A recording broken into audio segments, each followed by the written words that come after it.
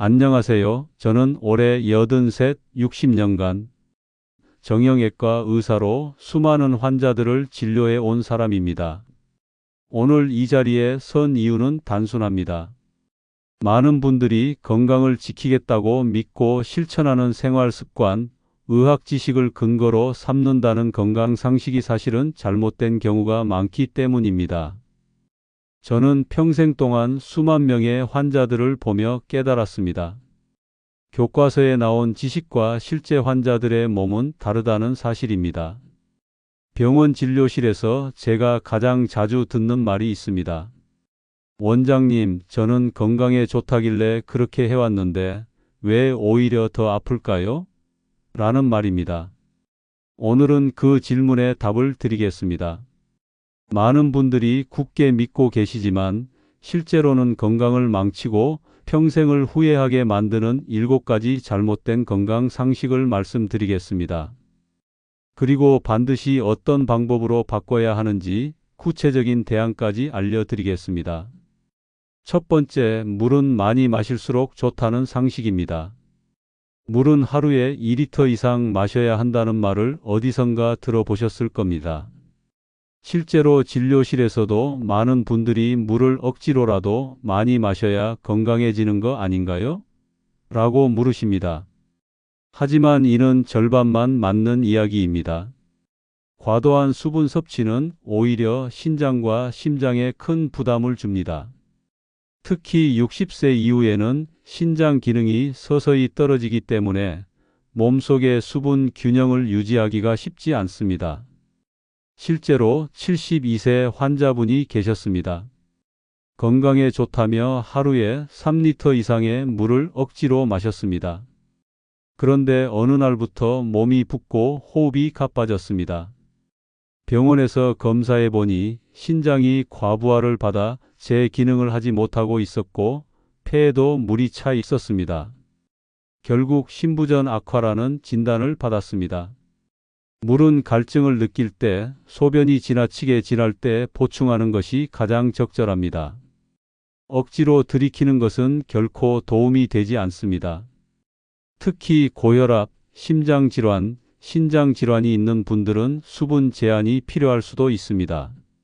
물은 많이가 아니라 적절히가 정답입니다.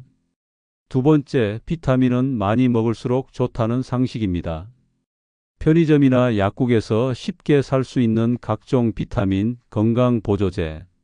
많은 분들이 아침마다 한 움큼 드십니다. 몸에 쌓이면 좋은 거 아닌가요? 라고 말씀하시죠. 그러나 의학적으로는 수용성 비타민은 소변으로 배출되지만 지용성 비타민어, D, E, K은 몸속에 쌓여 오히려 독성을 일으킬 수 있습니다. 비타민 D를 과다 복용하다가 혈액 내 칼슘 수치가 급격히 올라 신장 결석이나 혈관 석회화를 겪는 경우도 있습니다. 저희 병원에 오신 69세 남성 환자분이 있었습니다. 은퇴 후 건강을 위해 하루도 빠짐없이 비타민 보충제를 챙겨 드셨습니다. 특히 비타민 D는 뼈에 좋다며 권장량의 3배를 복용했습니다. 그런데 어느 날 갑자기 옆구리 통증이 심해져 응급실에 오셨습니다. 검사 결과는 신장 결석이었습니다. 원인은 바로 과도한 비타민 D 복용으로 혈중 칼슘 수치가 지나치게 높아졌기 때문이었습니다. 비타민은 부족할 때 보충하는 것이지 많이 먹을수록 좋은 것이 절대 아닙니다. 영양제는 의사와 상의해 내 몸에 꼭 필요한 것만 적정량만 드시는 게 가장 안전합니다. 세 번째, 아프면 무조건 참아야 한다는 상식입니다. 특히 60대 이상 환자분들께서 자주 하시는 말씀 중 하나가 있습니다. 이 나이에 어디 안 아픈 데가 있겠어요. 그냥 참고 살아야죠. 겉으로는 의연해 보이지만 사실은 병을 더 키우는 위험한 생각입니다. 통증은 몸이 보내는 경고 신호입니다. 무릎이 시큰거린다, 허리가 찌릿하다, 가슴이 답답하다. 이것은 단순한 노화 현상이 아니라 심각한 질환이 진행되고 있다는 신호일 수 있습니다. 실제로 74세 여성 환자분이 있었습니다. 무릎이 아파도 참다 보면 낫겠지 하며 버티셨습니다. 그런데 어느 날 계단을 내려가다 무릎이 꺾이며 주저앉으셨습니다. 검사 결과는 퇴행성 관절염 말기였습니다. 이미 연골이 거의 다 닳아버려 수술 말고는 방법이 없었습니다. 그분은 수술대에 오르며 저에게 이렇게 말씀하셨습니다. 그때 아팠을 때 병원에 올 걸 그랬어요. 괜히 참아서 평생 다리를 못 쓸 줄은 몰랐습니다. 통증은 결코 참는 것이 미덕이 아닙니다. 특히 가슴 통증, 호흡 곤란, 신경이 눌린 듯한 전기 오는 통증은 지체 없이 병원을 찾아야 합니다. 나아지겠지라는 생각이 오히려 병을 키워 수술까지 가게 만듭니다. 네 번째, 노인은 무조건 단백질을 줄여야 한다는 상식입니다.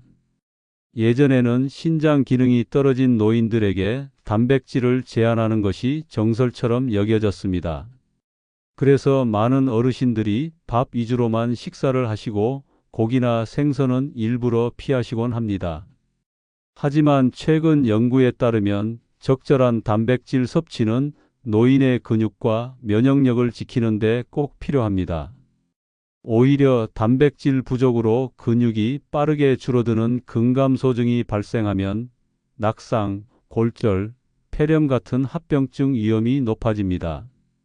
저희 병원에 오신 78세 남성 환자분이 있었습니다. 나이 들어서는 고기 먹으면 안 된다는 말을 믿고 채소와 밥만 드셨습니다. 처음에는 별 문제가 없었지만 점점 기운이 없고 다리에 힘이 빠져 넘어지는 일이 잦아졌습니다. 검사해 보니 근육량이 급격히 줄어 있었고 면역력도 떨어져 작은 감기에도 쉽게 폐렴으로 진행됐습니다.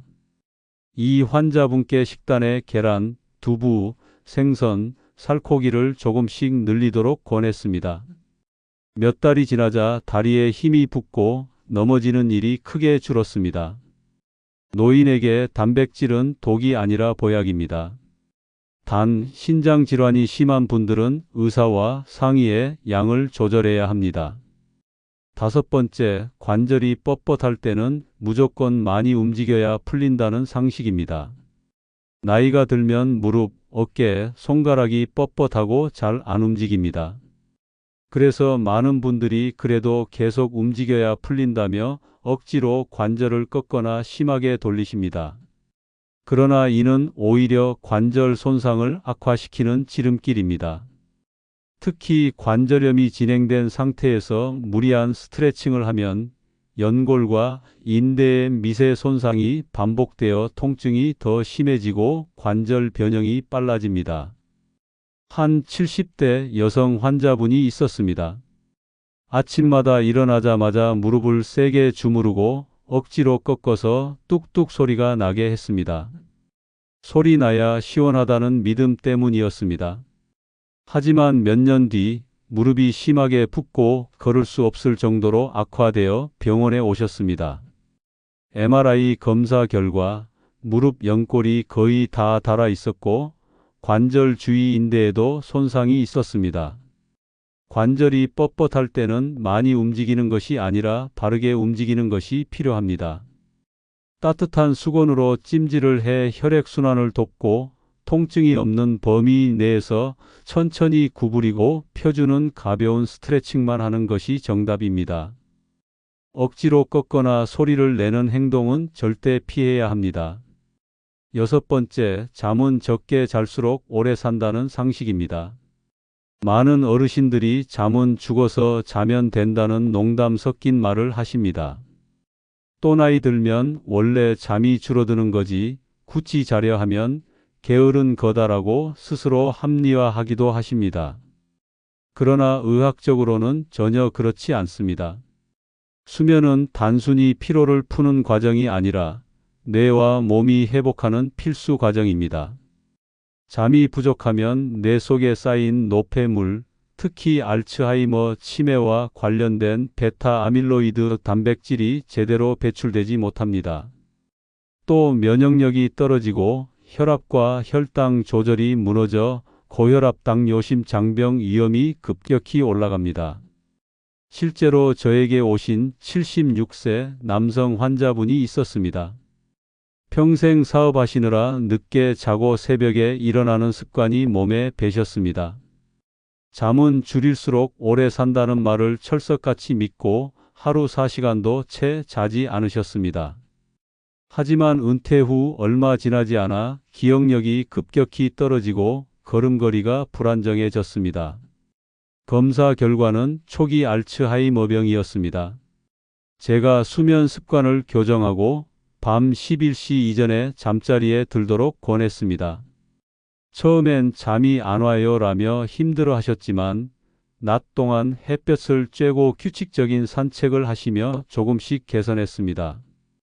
6개월 뒤 기억력 저하 속도가 완화되고 활력이 돌아오셨습니다. 잠은 줄이는 게 아니라 충분히 자야 건강하게 삽니다. 60대 이후라면 최소 67시간의 숙면이 꼭 필요합니다. 7번째, 통증 없는 사람은 검진이 필요 없다는 상식입니다. 많은 분들이 이렇게 말씀하십니다. 어디 아픈 데 없는데 굳이 병원 갈 필요 있나요? 검진은 돈 낭비 아닙니까? 겉으로 건강해 보여도 속은 그렇지 않은 경우가 너무나 많습니다. 제가 65년간 진료실에서 가장 안타까웠던 순간이 바로 이 부분입니다. 아무 증상 없다고 정기검진을 미루시던 분들이 뒤늦게 안말기, 심근경색, 뇌졸중 같은 질환으로 응급실에 실려오는 경우가 많았습니다. 한 예로 70세 여성 환자분이 있었습니다. 평생 잔병 치레 한 번 없고 건강에는 자신 있다며 검진을 거부하셨습니다. 돈 아깝게 뭐 하러 찍어보나 나는 멀쩡한데 하셨죠. 그런데 어느 날 갑자기 복부 통증으로 병원에 오셨습니다. CT 촬영 결과 이미 간암이 많이 퍼져 수술이 불가능한 상태였습니다. 그분은 제 손을 꼭 잡고 눈물로 말씀하셨습니다. 원장님, 괜히 안 아프다고 방심했어요.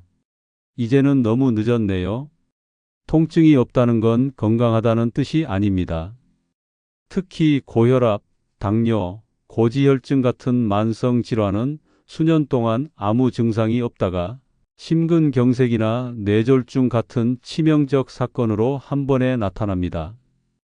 따라서 60대 이후라면 1년에 한 번 정기검진은 선택이 아니라 필수입니다.